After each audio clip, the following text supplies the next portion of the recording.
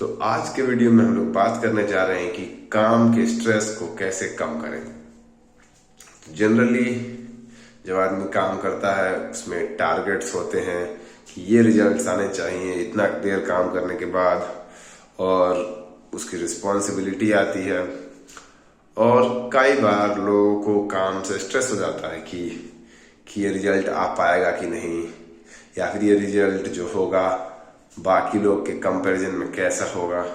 इस तरह का थॉट प्रोसेस स्ट्रेस ला देता है। ये तो काफी लोग का वो है एक्सपीरियंस। जैसे कि अगर आपको याद है बचपन में, अगर आपको मान लीजिए कम मार्क्स आए लेकिन वो फिर भी सभी पड़ोसी के बच्चों के मार्क से ज्यादा है, तो आपको शाबाशी ही मिलने वाला है। मतलब क्योंकि रिस्पॉन्स कंपैरेटिव है तो आपका जो रिजल्ट है वो भी कंपैरेटिव है, और कंपैरेटिव है तो आपके कंट्रोल में नहीं है, इसीलिए वो स्ट्रेस देता है। तो ऐसा वर्क जिसमें रिजल्ट आपके रियली कंट्रोल में नहीं है वो वर्क स्ट्रेस देता ही है, और जनरली वैसे वर्क को छोड़ देना चाहिए। अब जैसे आपको मिल जाए काम की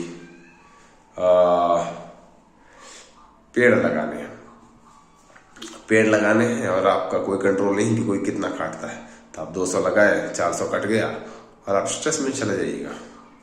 तो काम सबसे पहले वही लेना चाहिए जिसमें आपके रिजल्ट पे कुछ कंट्रोल हो। ऐसा काम कीजिए जिसमें आप रिजल्ट पे कंट्रोल कर सकें, वही काम करना चाहिए। जैसे कि फॉर एग्जांपल घर के अंदर आप कोई काम लिए कि इस कूलर को दूसरी जगह रखेंगे तो पूरा कंट्रोल है, कोई डिस्टर्ब नहीं करेगा, कोई कुछ नहीं करेगा, आप कर सकते हैं। लेकिन बाहरी दुनिया में ये कंट्रोल नहीं रहता है। बाहरी दुनिया में अगर आप कोई काम करना है, कई लोगों का कॉपरेशन चाहिए, और कौन कौन लोग बाधक बन सकते हैं उनको भी समझ के आपको कुछ सेटलमेंट करना पड़ेगा, कुछ क्या बोलते हैं समझौता करना पड़ेगा ताकि वो काम हो सके। और तभी बिल्कुल वैसा नहीं होगा जैसा आप सोचे थे, थोड़ा एडजस्टमेंट आपको भी करना पड़ेगा। तो ये बाहरी काम इस तरह का ही होता है। इस तरह के काम का रिस्पॉन्सिबिलिटी लीजिएगा तो स्ट्रेस आएगा ही। जैसे कोई सेल्स पर्सन है, पहले महीना 10 सेल्स किया, अगले महीना अगर 10 से कम करेगा तो उसको स्ट्रेस हो जाता है। तो इस तरह का काम जिसमें रिजल्ट आपके कंट्रोल में नहीं है, उसको आप अपना काम समझ के कर रहे हैं तो स्ट्रेस होगा।